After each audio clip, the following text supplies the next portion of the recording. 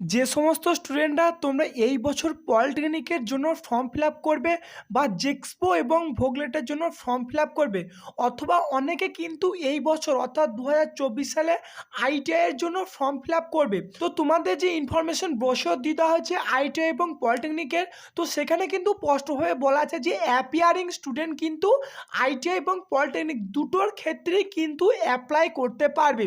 তো তাহলে তোমাদের কোয়েশ্চেন হচ্ছে, তোমরা যারা এই বছর মাধ্যমিক এক্সাম দিয়েছো এই 2024 সালে, তো তোমরা তাহলে কিভাবে আবেদন করবে? মানে অ্যাপ্লাই করতে গেলে তোমাদের যে অপশন আছে যে ডকুমেন্ট আপলোড, তো সেই অপশনে কিন্তু তোমাদের রেজাল্ট আপলোড করতে বলা হয়েছে। তোমরা যারা এই বছর এক্সাম দিয়েছো মাধ্যমিক বা এইচএস, তো তোমাদের রেজাল্ট যেহেতু পাবলিশ হয়নি, তাই তোমরা অনেকে কমেন্ট করছো তাহলে আমরা রেজাল্ট কিভাবে আপলোড করব। তো দেখো, সেটা জানার জন্য তোমাদের যে ওয়েবসাইটে ফর্ম ফিল আপ হচ্ছে, তোমরা কিন্তু সেই ওয়েবসাইটে চলে গেলে তোমাদের যে ইম্পর্টেন্ট নোটিফিকেশন বা আর্জেন্ট নোটিশ দেওয়া আছে, তো সেখান থেকে কিন্তু তোমরা জিনিসটা বুঝতে পারবে। তোমাদেরকে কিন্তু এই WPSCVT এই ওয়েবসাইটে কিন্তু তোমাদেরকে আসতে হবে।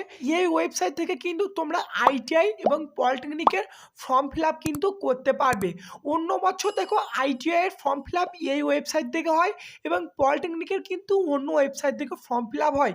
সেটা কিন্তু এই বছর থেকে তোমাদের একটি ওয়েবসাইটেই ফর্ম ফিল আপ হবে, যাতে তোমাদের ফর্ম ফিল আপ করতে কোনো প্রবলেম না হয়। তোমাদের যেটা মেন টপিক, সেই টপিকে আসা যাক। তোমাদের রেজাল্ট কিভাবে আপলোড করবে এবং কখন তোমরা রেজাল্টটাকে আপলোড করবে।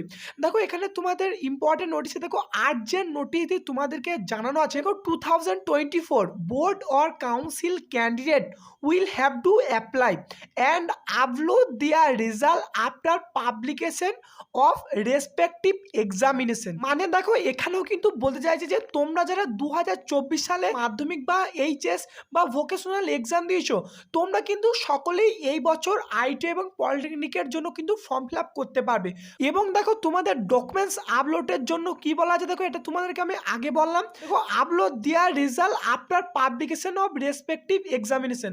মানে দেখো, তোমাদের রেজাল্ট যখন পাবলিশ হয়ে যাবে, তারপরে কিন্তু তোমরা সেই রেজাল্টটাকে এখানে আপলোড করতে পারো। ততদিন কিন্তু তোমাদের এই ওয়েবসাইটটা বা এই অ্যাপ্লিকেশন প্রসেসটা কিন্তু তোমাদের চলবে, ঠিক আছে। তো সেক্ষেত্রে বলি, দেখো তোমাদের লাস্ট ডেট কিন্তু দেওয়া আছে, দেখো 15ই মে। কিন্তু দেখো, তোমাদের কোনো টেনশনের কারণ নেই।